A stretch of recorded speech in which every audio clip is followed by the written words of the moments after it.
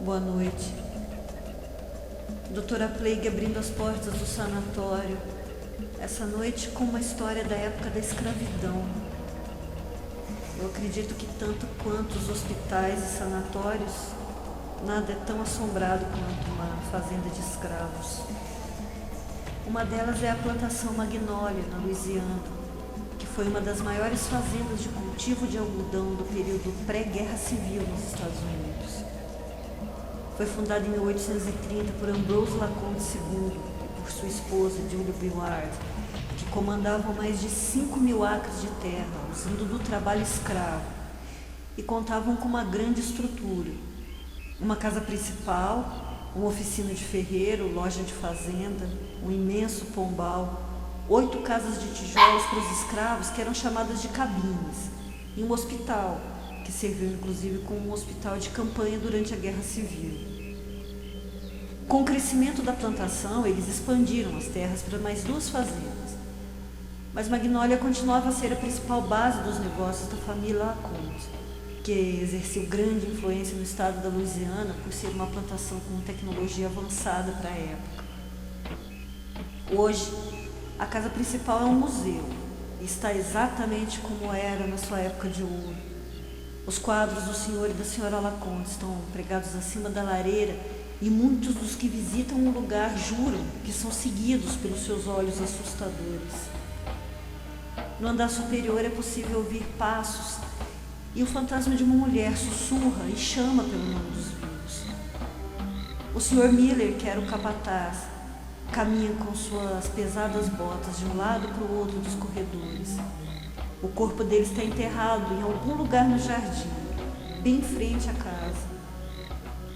Tudo aconteceu em abril de 1864, quando os soldados confederados avançaram pela fazenda, carregando tochas, com a intenção de incendiar Magnólia. O capataz, Sr. Miller, colocou-se em frente à porta principal, na tentativa de impedi-los. Ele foi baleado e morto, e os soldados o enterraram ali mesmo, a poucos passos da porta de entrada. As pessoas que entram na casa sentem muito enjoo, sentem tontura, frio e escutam sussurros. Durante uma investigação paranormal, foi encontrado um quarto secreto, cheio de coisas penduradas, coisas parecidas com ossos. Desse quarto vinha um som, parecido com algo arranhando a parede. Foi esse som que levou os investigadores a descobrir. Outro quarto, conhecido como quarto de morrer, foi onde um general confederado ficou prisioneiro. Ele foi torturado até a loucura e foi envenenado lentamente. Acabou se tornando um espírito furioso que atormenta todos que entram no quarto, e por vezes o seu rosto distorcido é visto pairando sobre a cama ou aparece nas janelas. A porta da cozinha se abre à noite mesmo tendo sido trancada, e coisas nebulosas rastejam pelo chão, roçando a perna das pessoas. Os fantasmas dos LaCombe também foram vistos várias e várias vezes, caminhando pelos corredores, subindo e descendo as escadas. Mas é no porão onde se concentra a maior negatividade.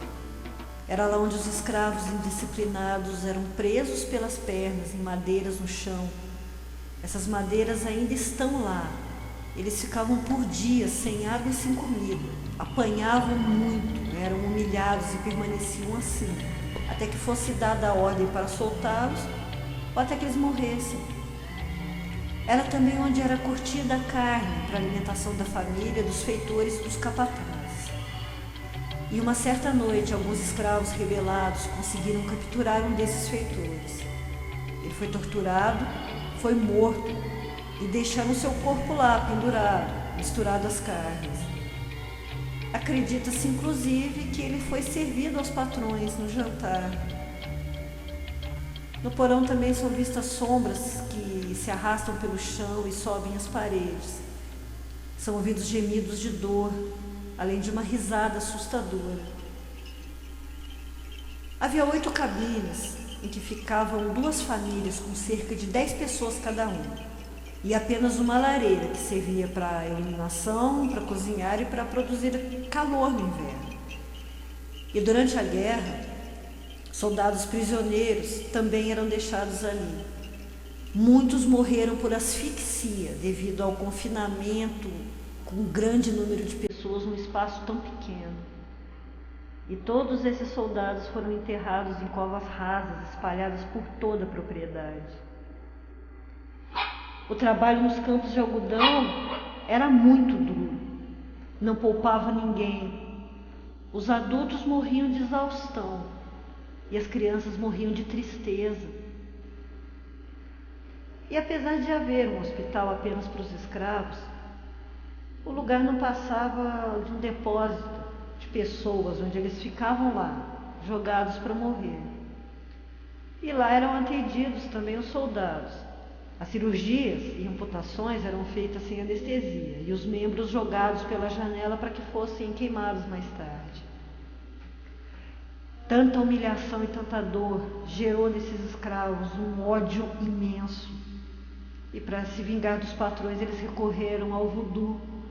E na calada da noite, às escondidas, eles se reuniam para os rituais.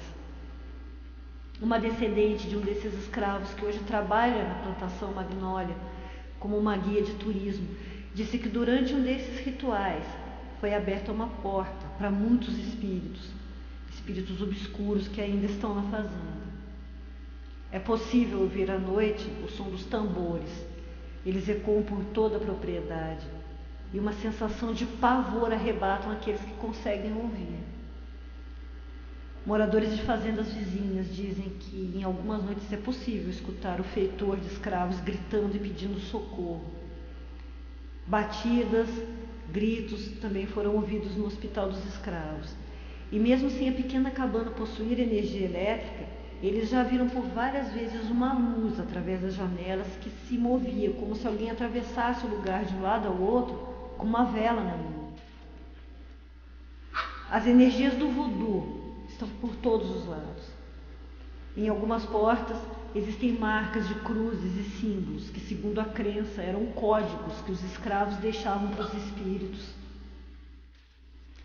Como Magnólia foi aberta à visitação, escavações arqueológicas foram feitas com a presença de um conhecido professor da Universidade de Houston.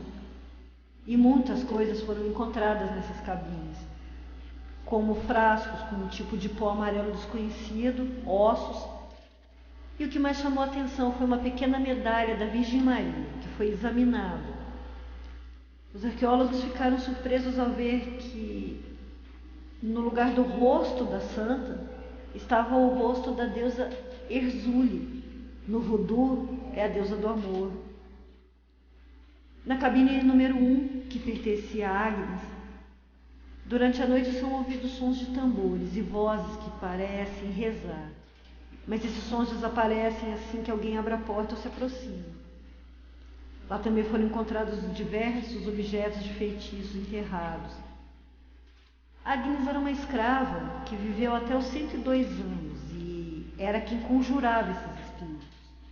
Era uma espécie de guia espiritual dos escravos. As coisas desaparecem na cabine dela, para depois reaparecer no mesmo lugar. E durante uma escavação, alguns arqueólogos saíram para almoçar e quando voltaram, havia o tal pó amarelo na entrada, como se estivesse mandando eles embora. E eles deveriam ter ido. Os corpos enterrados sem lápides, a dor dos escravos, o portal aberto pelo vodu, fez de Magnólia Plantation mais do que uma plantação de algodão. É agora uma plantação de fantasmas. Semana que vem eu volto trazendo mais um lugar perdido no mundo, mas um lugar onde os fantasmas são donos. Doutora Plague fechando as portas do sanatório. Boa noite. Vão dormir.